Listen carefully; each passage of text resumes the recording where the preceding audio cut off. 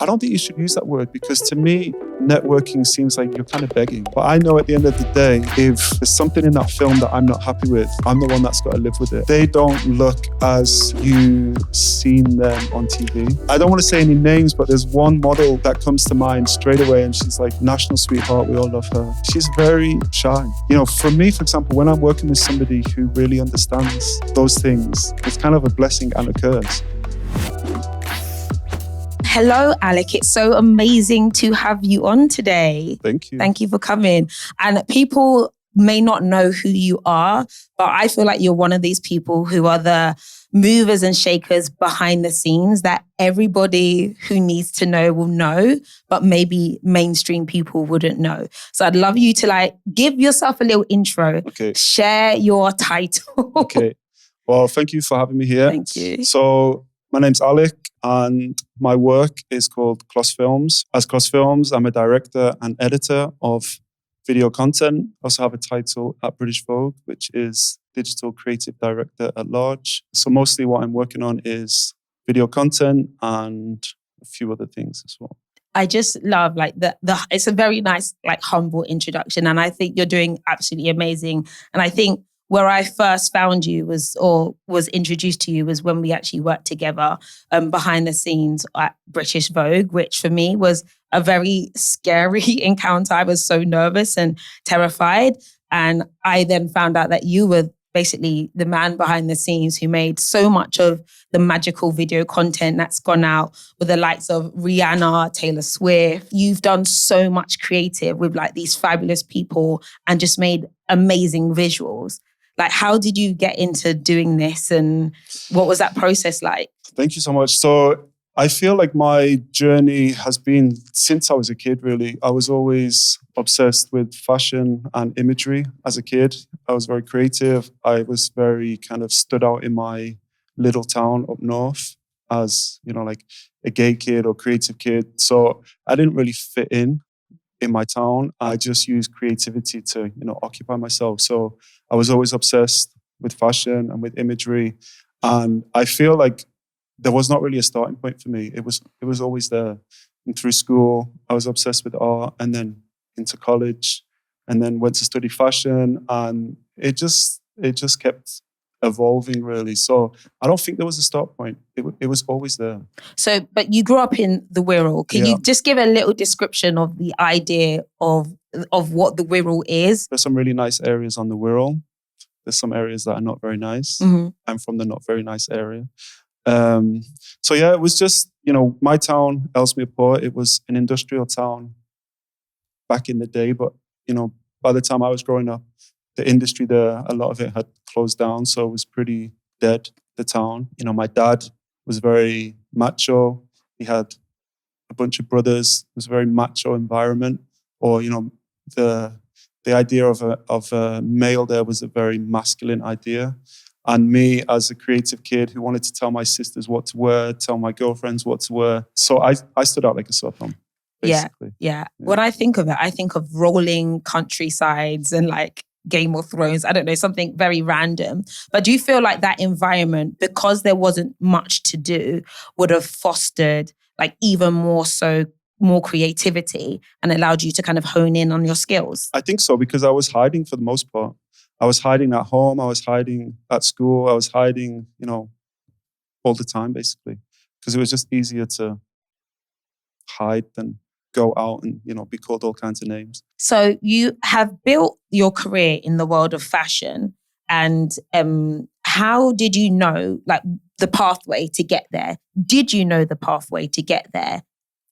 I knew that it was something in fashion that I wanted to do, but I kind of went on a little journey to get to filmmaking, because I studied fashion design at university. And then after I graduated, I spent a few years, I was lecturing at university in fashion, and I was designing, and I was also involved with, I wrote a few things for magazines.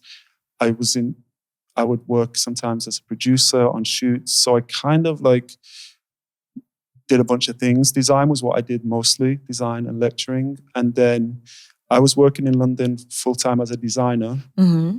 and video at that point was a hobby for me.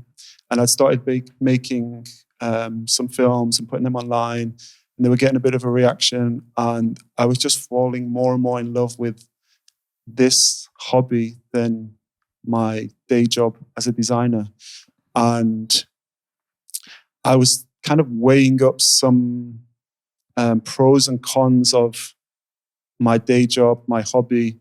And I got to a point where I felt like my heart was in my hobby, and I decided to jump. So I had like, a pretty comfortably paid design job, and I jumped into filmmaking, and I just knew that I would find a way, basically. I want to navigate like that a little bit more. So you were a lecturer, which is like a career kind of job.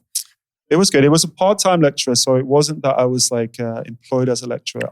I would get an hourly rate for lecturing, right? Which is actually probably more money than what the full-time lecturer was on. So financially, when I was lecturing, it was pretty decent, yeah.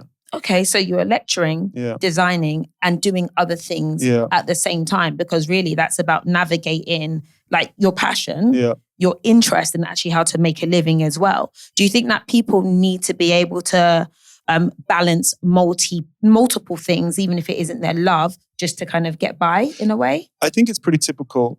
Mm-hmm. If you're trying to, grow into a creative field, you probably need something to support you financially. But it wasn't just a financial thing for me. It was also that I just wanted to do these things.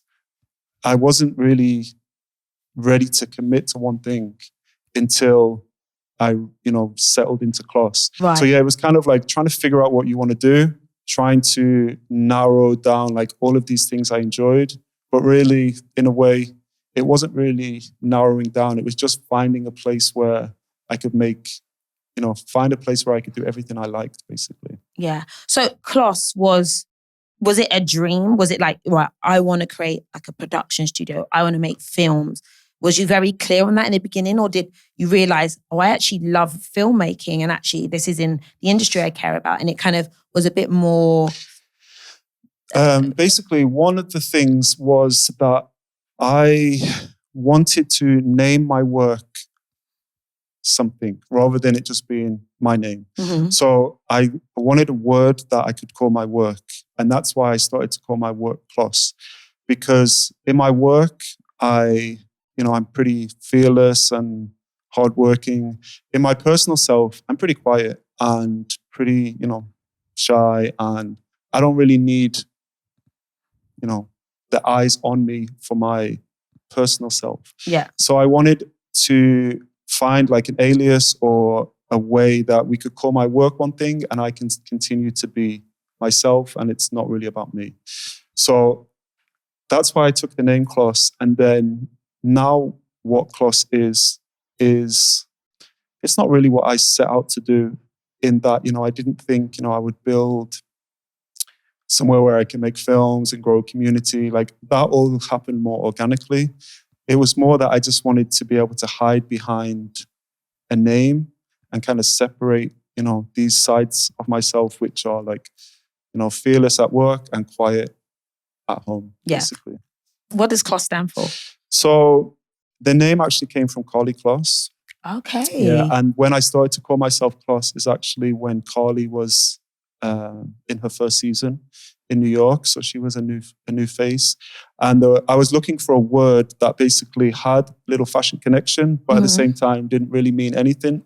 And with KLOSS, I thought that was perfect because as a word, I really liked it. And then, when people kind of like KLOSS, I'm like, yeah, like Carly Kloss. It kind of just had enough that I could quickly, make somebody remember it. Yeah. So I took it from Carly, and at the time I spoke to Carly about it. Yeah. Just casually having a chat with Carly Kloss. Well, at that time I was filming a lot backstage at the shows. So I would see Carly around a lot, and I spoke with her about it. She was very cool.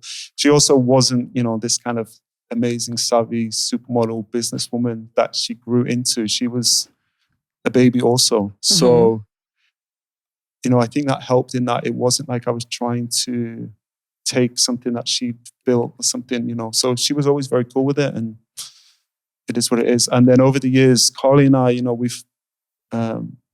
we've worked together on some projects, and she's always been very supportive. And it's like quite crazy for, say, other people to hear, oh my, wow, Carly KLOSS. And I think now I found this within the fashion industry that a lot of people are friendly with each other and actually have great community and network based on the years of working with each other. Yeah. Did you find it hard to kind of get to know models and designers? Was that something that just came naturally after time? Well, for me to get, when I work with Carly or, anybody, I don't really feel like I'm trying to get to know you. I feel like I'm there to do a job. But it's more like, I'm going to deliver, you're going to deliver, let's do it. And, let's make what we can make. That's more, and then, but over the years, when you see the same people, you work with the same people, and that's how, you get this kind of camaraderie and relationship. But when I'm at work, I'm not really trying to make friends.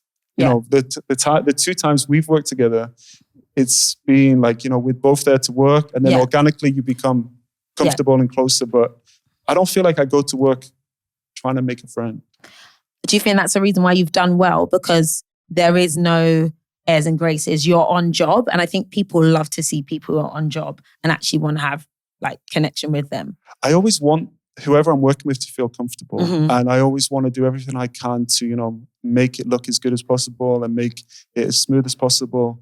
But I don't think that's friendship. I think friendship is very different. So would you consider yourself to be anti-networking? I don't like the word networking. Yeah. And one of the reasons I don't like it is because I feel like networking, like if I, some people, young people that I speak to, they say I've been networking. And I always say, I don't think you should use that word, because to me, networking seems like you're kind of begging.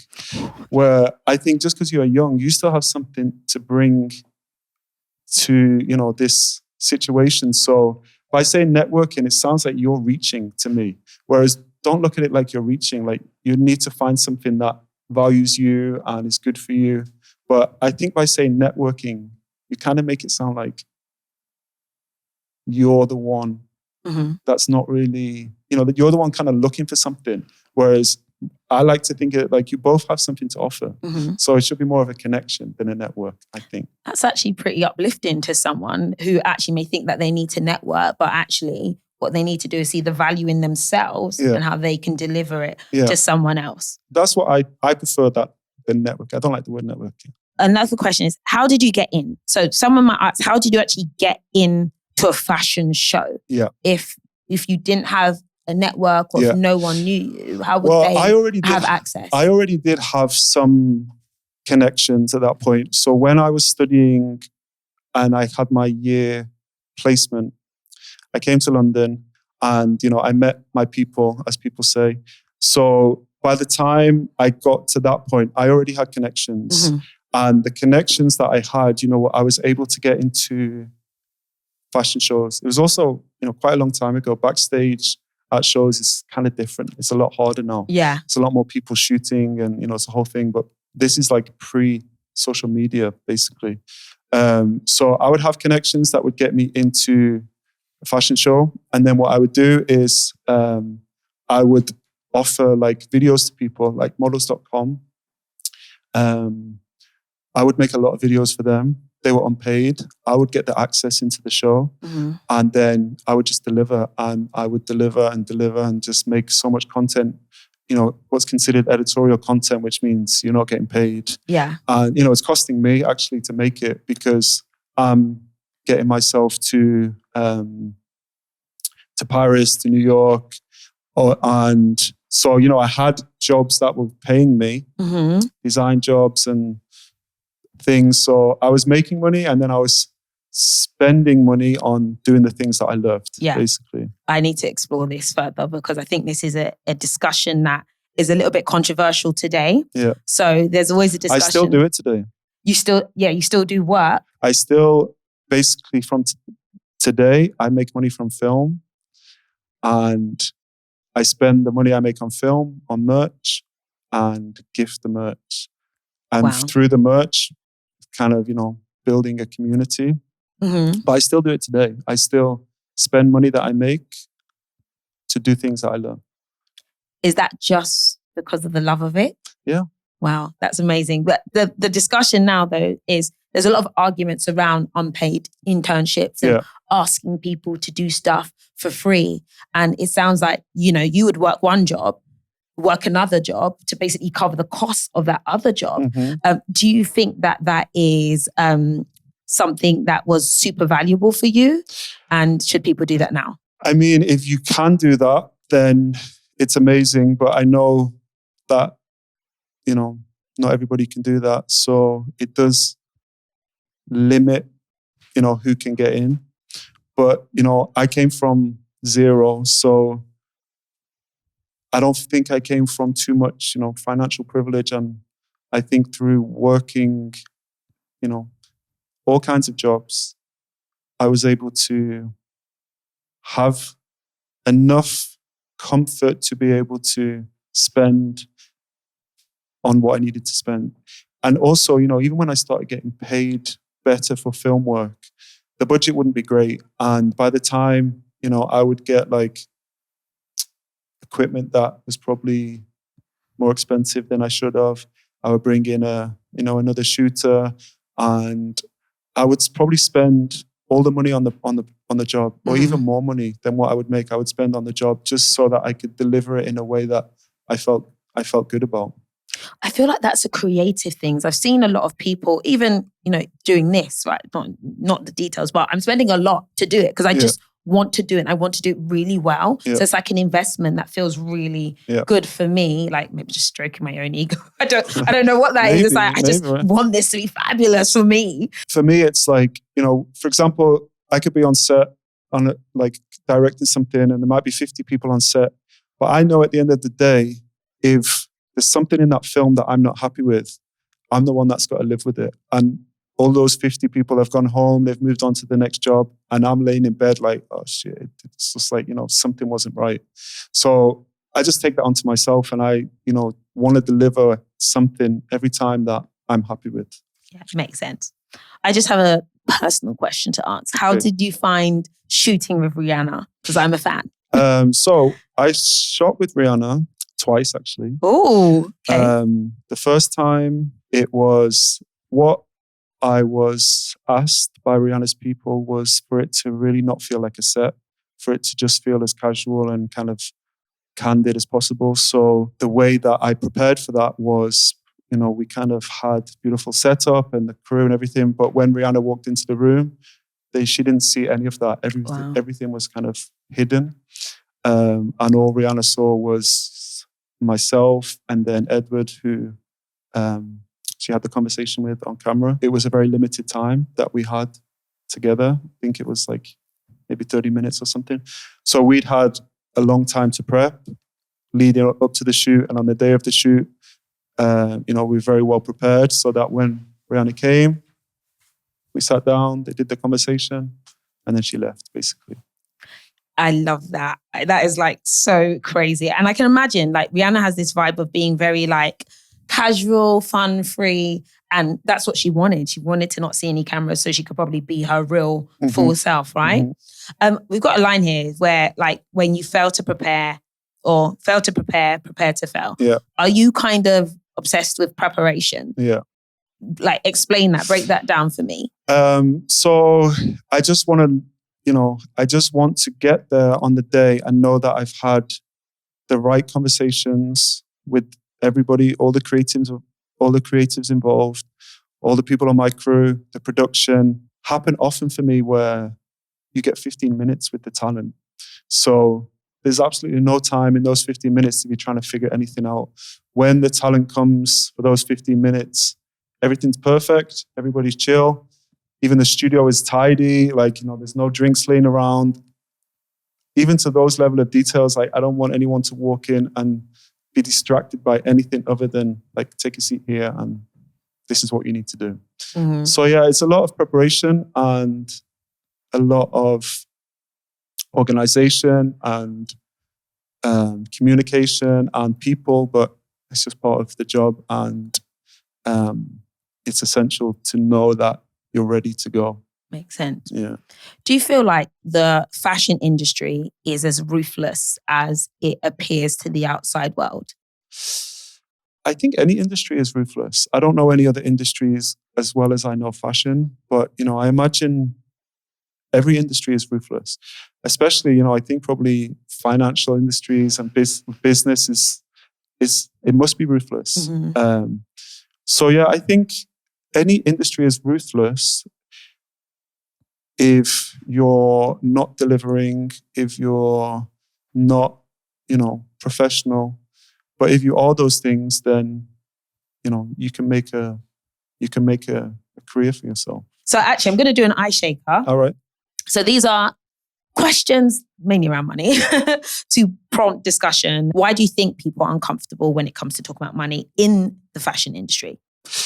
I think people are uncomfortable to talk about money because there are, such a huge scale of money that people are making from zero to a lot. Yeah. So that is probably part of the reason. And then I also, in something in me, is kind of like, talking about people's money is, I don't know, it's a little uncomfortable for me, but in that it feels pretty private.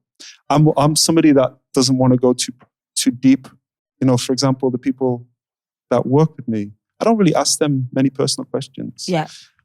And I think, if you're comfortable with what you're being paid to be here, and you've agreed on that, and I'm comfortable with what I'm being paid to be here, then I don't really feel like I'm going to ask you. I don't really want you to ask me, and I'm okay with that.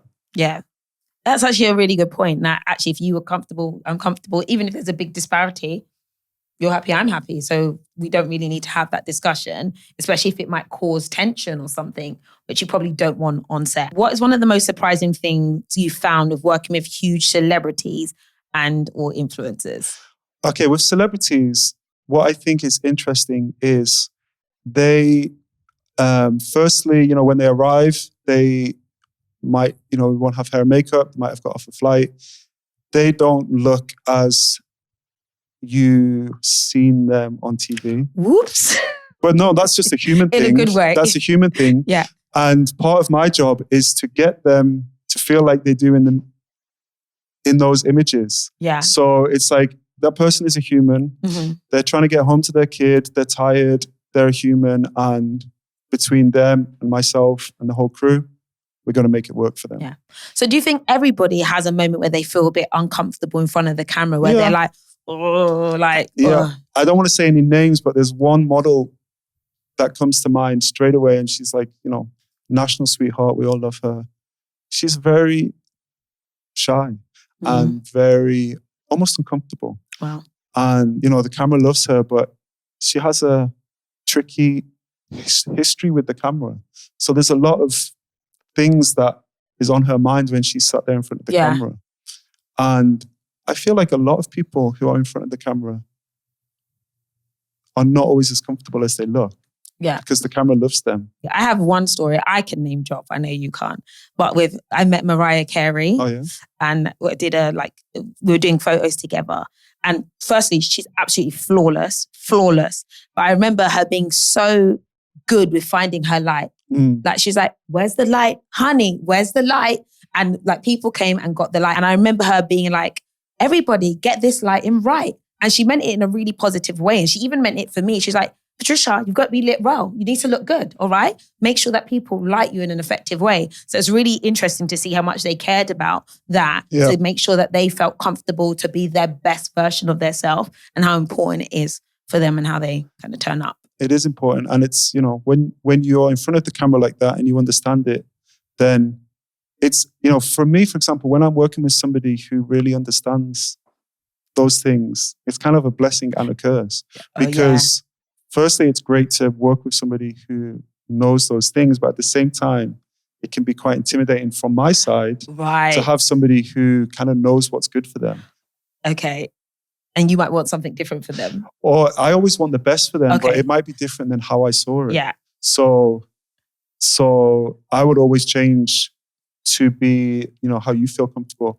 Ideally, we've had that conversation beforehand, but if it comes to it that we haven't had a conversation until right now, then I would accommodate what they would want, basically. And what's the craziest thing that you've seen requested on set?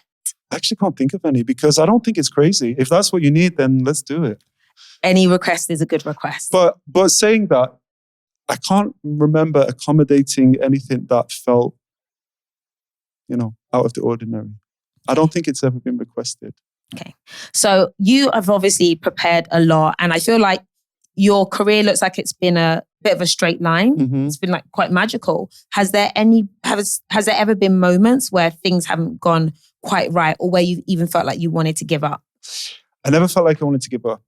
So even in the moments where, I didn't have a project that I was happy, excited about, I've never felt so far like giving up. And that's one thing that I know means I'm doing the right thing. So, I felt very impatient at times that I didn't have the right camera or the right job, but I've never felt like it's not for me. I've always known, even in the moments where I've felt low, I've always known like I'm going to make this happen. There are some lessons that, changed the way I see things. There was a moment, it was a long time ago. It was about maybe 8 years ago. And up until then, like most of the things that I'd shot had been this kind of BTS feeling. So I would not really need light. I would just kind of capture what was happening. And then I went on to this job where two things went wrong. Firstly, the communication leading into it must have been wrong because I arrived there not knowing what they expected of me. I thought I was just doing my little BTS thing and it is what it is. It's what I do. But what they wanted was something more like for me to capture what the photographer had captured in motion. But I didn't have light with me, basically. So when it came to my moment to capture what the photographer had captured, also the photographer's there with a whole team of 10 assistants, a crew, and I'm there by myself without a light. And it was a disaster. And I know after that shoot that the client had to reshoot the video element, which is obviously, it's pretty devastating when you want to deliver and you don't.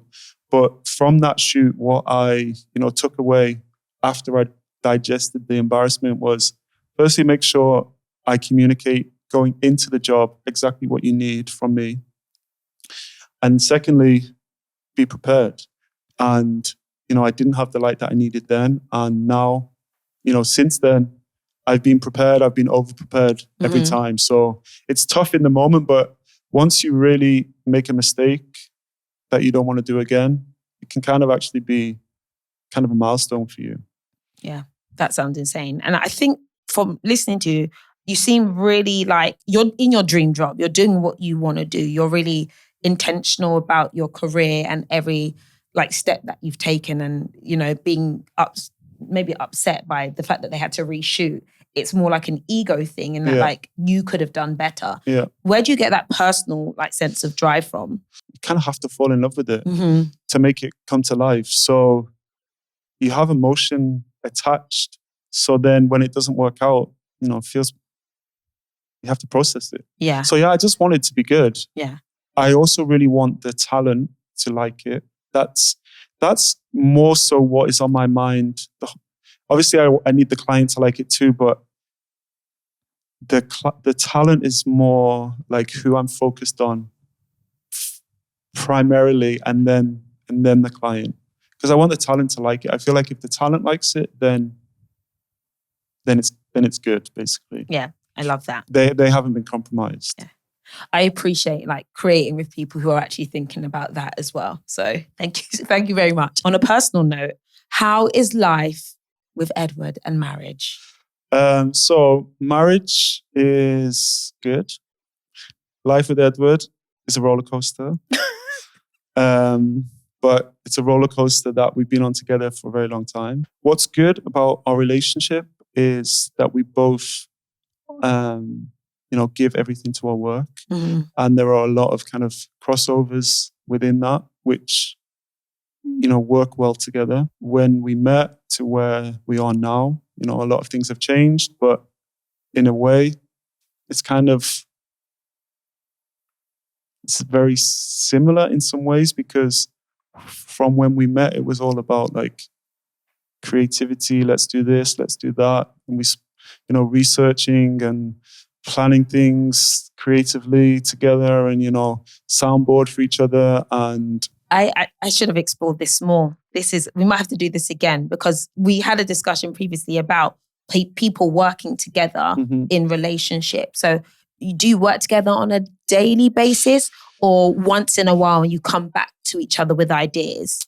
I think right now we work together less than we have at other times. I think, but the thing is, actually, it was never really work, because it's, research, ideas, creative thinking, speaking, researching. That's kind of like just a bond that we have from day one.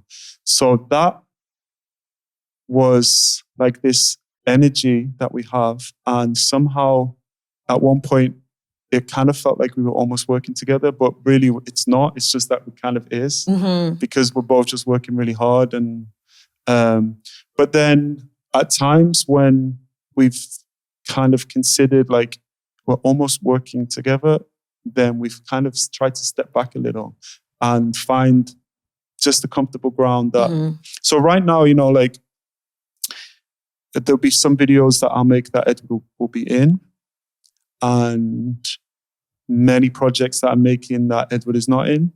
So, Edward's working on so many things that don't involve me, and vice versa. And it is what it is, really. Yeah. Do you think it's easier to grow together? Because I worked with my husband, and eventually we were like, no, we can't work together regularly. But he does his own projects and I do my own. But I did find that when we worked together, we were able to achieve a lot more. I mean, yeah, we've achieved a lot together, and I think we always will. And we both support each other. But it's also important that we both have time where we're just completely doing something that doesn't relate to each other, so that when you come home that night, it's not about the project every night. Yeah, I get that. Do you believe in work-life balance? I do. And it's something that, moving forward, it's more important to me. But for many years, it was work. But I was very lucky that my partner was the same mindset. So we could both give everything to work, and just being together was kind of like the life balance side of that. How do you remain calm under pressure during times of stress? This, I don't know the answer to, but somehow I do. But I think it's just, I don't know, I think it's in my nature to be calm. Yeah, I could tell you've got that. Maybe it's the Wirral. I don't know if everyone from the Wirral is calm. I don't think so. But I don't know what it is, but I'm a calm person. Okay, yeah. Love that. What's something you really value that is a non-negotiable for you? Non-negotiable. It's not really money, but it relates to my project. But I want to edit. I won't do it if I'm not editing. Really? Mm-hmm. Wow. That's why you asked who's editing this movie. But when I asked, I meant, was it you or was it the crew? They're good. Okay. I'll be on it though, and you know what you want as well. Like you can see it in your head. We had this chat before, isn't it? And what do you want to make more time for? I want to make more time for myself. And over the last year or two, I've put a really good team in place at KLOSS, which means that this kind of work-life balance, I'm able to go to the trainer, go to the Pilates class, go and get my hair cut in work hours if I want to, so that I kind of feel like, in the moment when it's stressful, I think that helps you to feel calm. So I'm working on just looking out for myself a little more, being kinder to myself. And, now that I have this team, sometimes I remember this feeling of like anxiety or stress, like when you get this email, when you get this deadline. But I still have the stress for a moment, and then I remember, just forward it to Tom. Just forward it to people. So yeah, by putting people in place, then I'm able to free a little more time for myself. Yeah, I love that. It's about having a great community around you. That's so powerful, especially when it comes to work stuff. Well, I love that. And I'm actually following on from that, what is next for you? What are you up to? So for 2023, I think what's really important for KLOSS is that I just can continue to build the infrastructure of KLOSS. It came this far with me being a creative person, and now I really feel like it's time for me to look at the structure of the business, basically. And, the next person on the team will be some kind of business person rather than another creative. And I think I think it's time that I looked at the business side of things more. And then, as also at KLOSS, kind of figured out that what I'm doing there is like 5 things, basically. So there's the film, and then there is the merch, then there's the community, and there's live experiences, and there's creative studio. And all of those 5 things are really what make KLOSS. And 2023, just working on all of those 5 areas all at once, basically. I think we can wrap up. I think it was amazing to have you on and get your insights. And I know sometimes money makes people squirm. So thank you for accepting us having this discussion. Well, my pleasure. And, obviously when you asked me to do this, I was very happy, even knowing that money talk is a little out of my comfort zone or whatever, but I was very happy to be here with you. Long before we worked together, I had seen you on YouTube and I just, instantly connected to your content back then.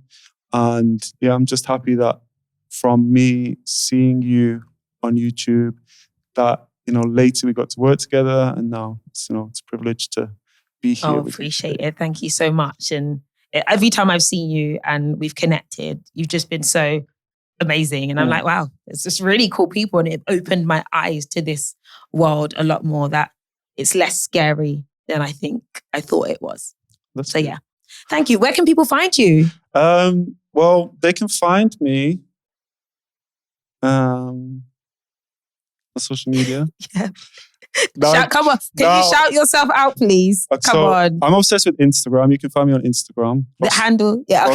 KLOSS Films. Yes. Trying to get my head around TikTok. Yeah, it's good. So you can find me there. You can also find me at the gym. You can find me in Pilates. Oh, Pilates. How's your journey? Very good. I was there today. So yeah, you can find me if you need me. If you need it. You only want the right people to find you in it. I love that. I love it. Well, thank you for coming on, Alec. Thank you so much. All right. Appreciate it. All right.